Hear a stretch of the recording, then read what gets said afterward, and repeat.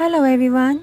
Would you like to paint this bright colorful landscape of a white house with a bright red roof, a nice beautiful bright yellow contrasting tree by its side, another huge green tree, a quaint pathway and some figures walking on it? Welcome to my channel. Stay with me till the end and let's start painting. This is the basic outline for the painting which you can copy from. With this kneadable eraser, I am dabbing off any extra graphite from the graphite pencil left on the paper so that it does not mingle with our paints later on and leave our painting with any muddy effect. This way our painting can remain fresh. This is my usual color palette which has lemon yellow, gamboge hue, yellow ochre, orange, crimson red, rose madder, burnt sienna, raw umber, sap green, cobalt blue, ultramarine blue, Prussian blue, turquoise, Indian red, raw sienna, vermilion hue, magenta and black. And now since the paints have become dry, I am simply spraying some water over them with a spray bottle so as to reactivate the paints. I may not use all of these shades, but they are always there on my palette all the same. I am now starting to paint the initial washes for the entire painting, for the background I am using some yellow ochre and a mixture of a little bit of gamboge hue with which I will be painting the background. And now for the yellow tree, I am using mostly the gamboge hue and I am simply laying in the colors right now. This is only the initial stage. These are only the initial washes. As always, I will be working in layers, and so the details and all will be coming later on. For the tree which is on the right hand side, which is a green tree, as always I am using a sap green, and then later on I will be adding more shades as and how the tree develops. I am also introducing a little bit of yellow ochre and Prussian blue for the darker side of the tree. Like I said, these are only the initial washes. These will sort of give us an idea of how the painting is going to look like ultimately, and they will also lay down the basic initial structure of the whole of the painting. At this stage itself, we will have to consider the direction of the light source, which is going to be in this case from the left hand side.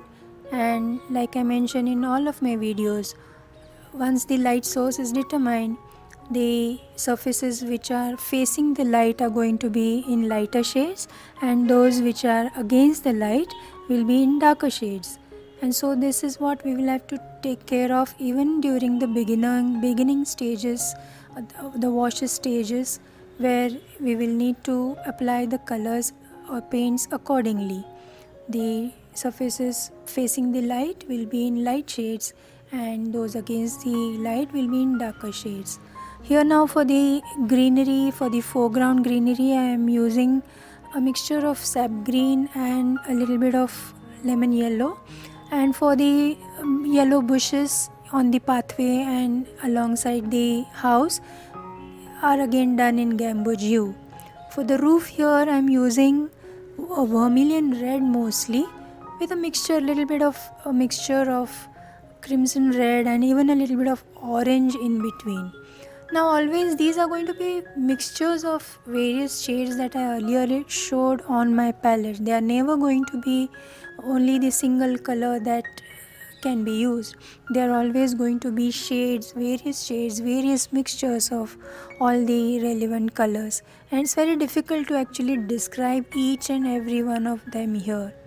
Now for the underside of the roof I am using a little bit of blue shade, and I am laying down also the shadows at this stage so that we get an idea of the light source, and also we can easily see how the dimensions are coming through.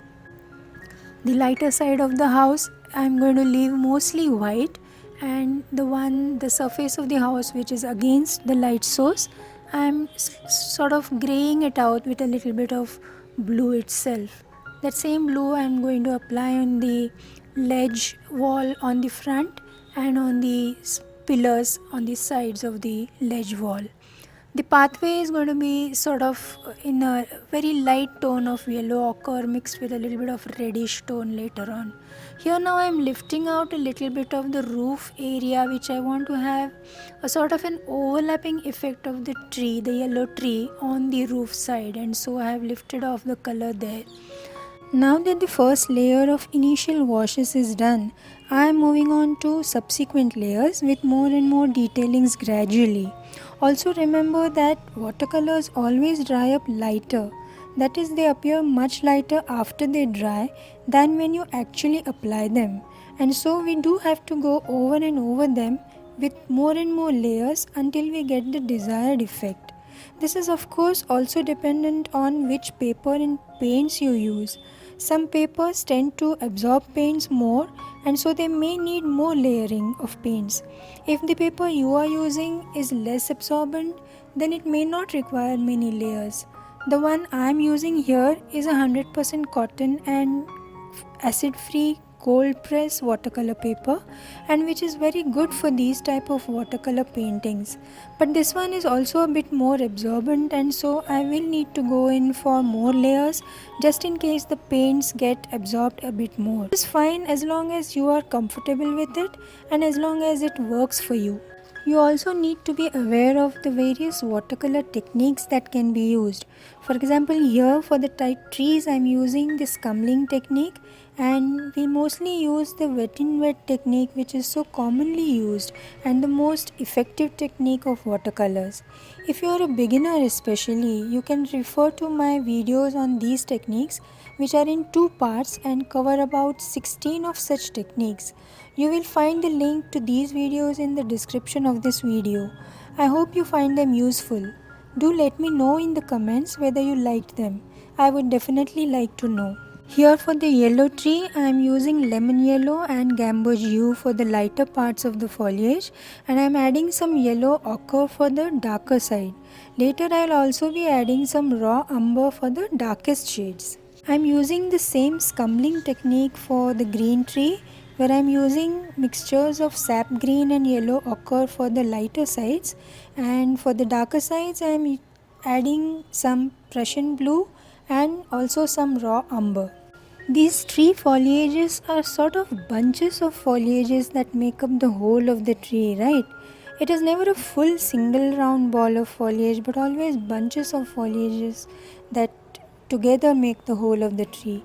And so each of these bunches will have to have their own lighter and darker sides as per the direction of the light source. Of course, we are doing a sort of an impressionistic painting here, not a truly and wholly realistic one, let alone a photorealistic one. In fact, this is being worked totally through imagination, and so we need not do every fine detail, in the sense that each and every leaf need not be shown, but rather we try to follow the basic shapes, the basic essence of things, and then a few details here and there, but not all to the core. And yet this can produce marvelous works of art which are appreciated by one and all. One other thing I would like to talk about here is the contrasts. When you have contrasting colors placed side by side, they produce a very bold, marvelous effect.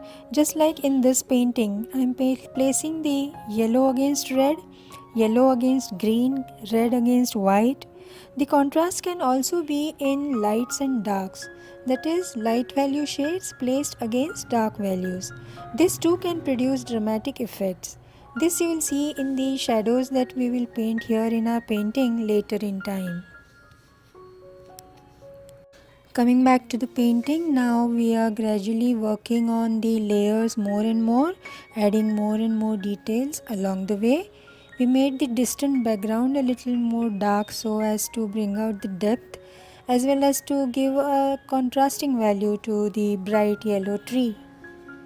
As the red of the roof is drying up, it is sort of losing its intensity, and so we have to work on more and more layers for it.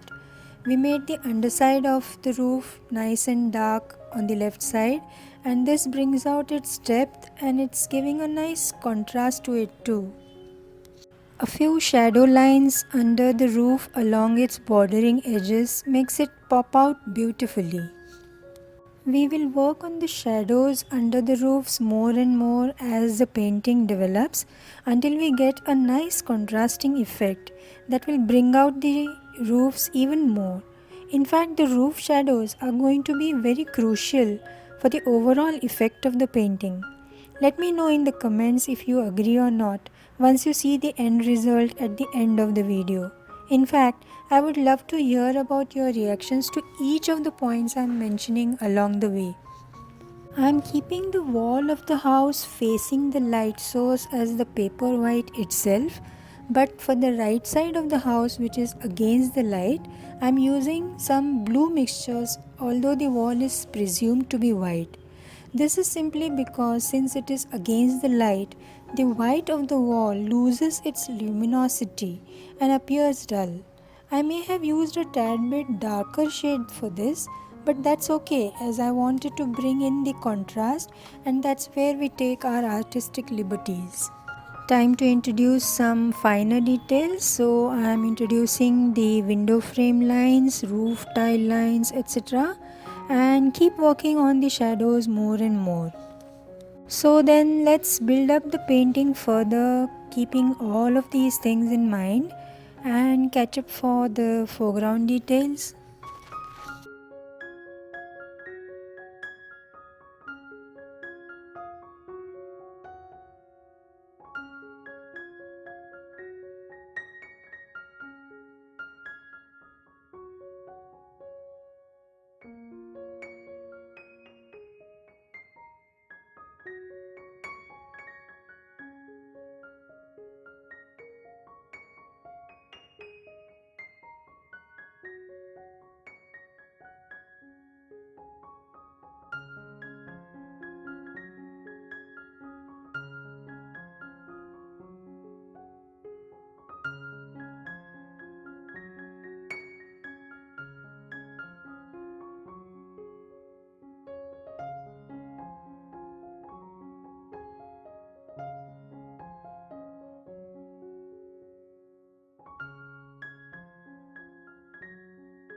For the front ledge wall and pillars, I have used the same bluish shades that I have used for the house, and I will add some stone wall effect to it later.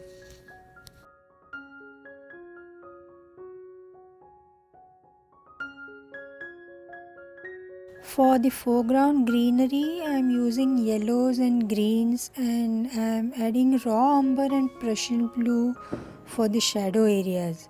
These darker shades will again give that contrast effect, and the lighter portions will then start popping out. That is the fun of working in contrasts. Let's work on the background now, adding more and more values. Values are nothing but the light and dark shades. So we juxtapose shapes of light and dark values in order to add interest to the painting.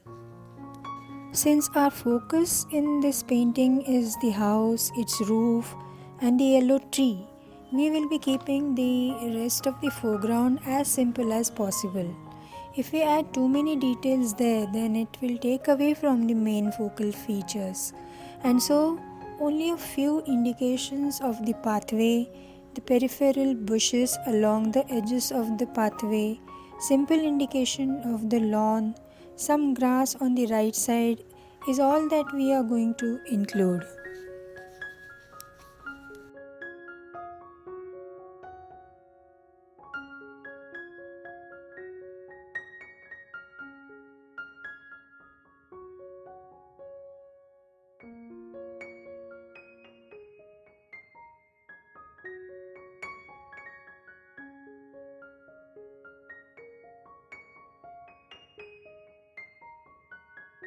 The two figures that we are painting are also going to be in the impressionistic style without too many details.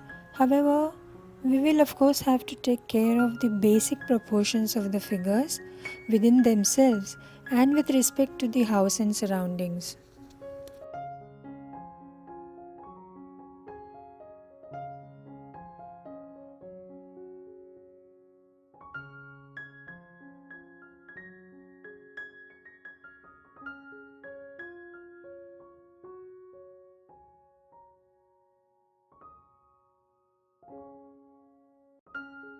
Now as we add the tree trunks and branches, the whole painting will start coming together suddenly. Suddenly everything starts falling into place. So let's just enjoy the procedure and have fun.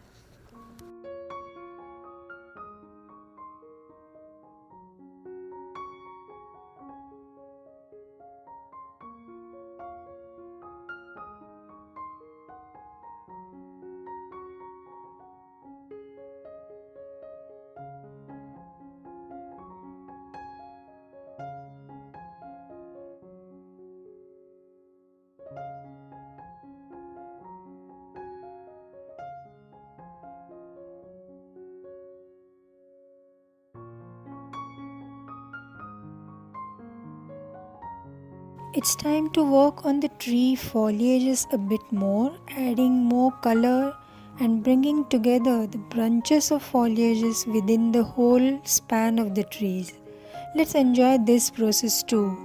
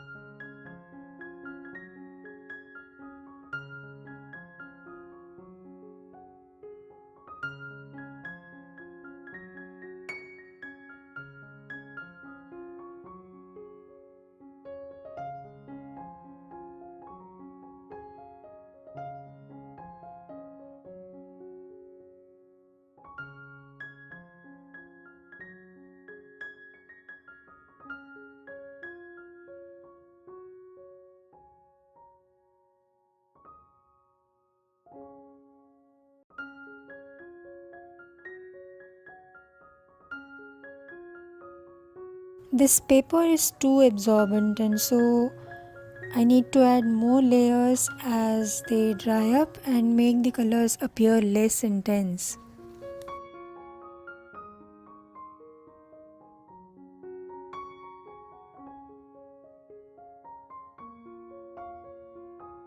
So let's now add a few more details here and there.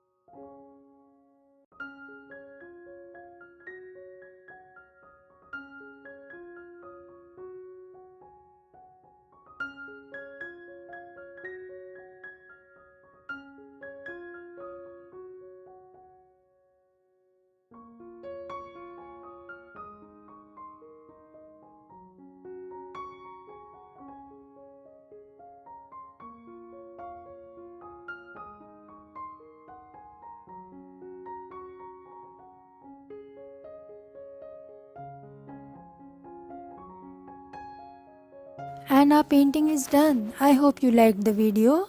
If you liked it, do subscribe, like, comment and share. Also press the bell icon so you get notifications for future videos. If you are interested in more such paintings, do click on the end screens displayed here and enjoy the videos. Thanks for watching and stay tuned for the next video. See you then.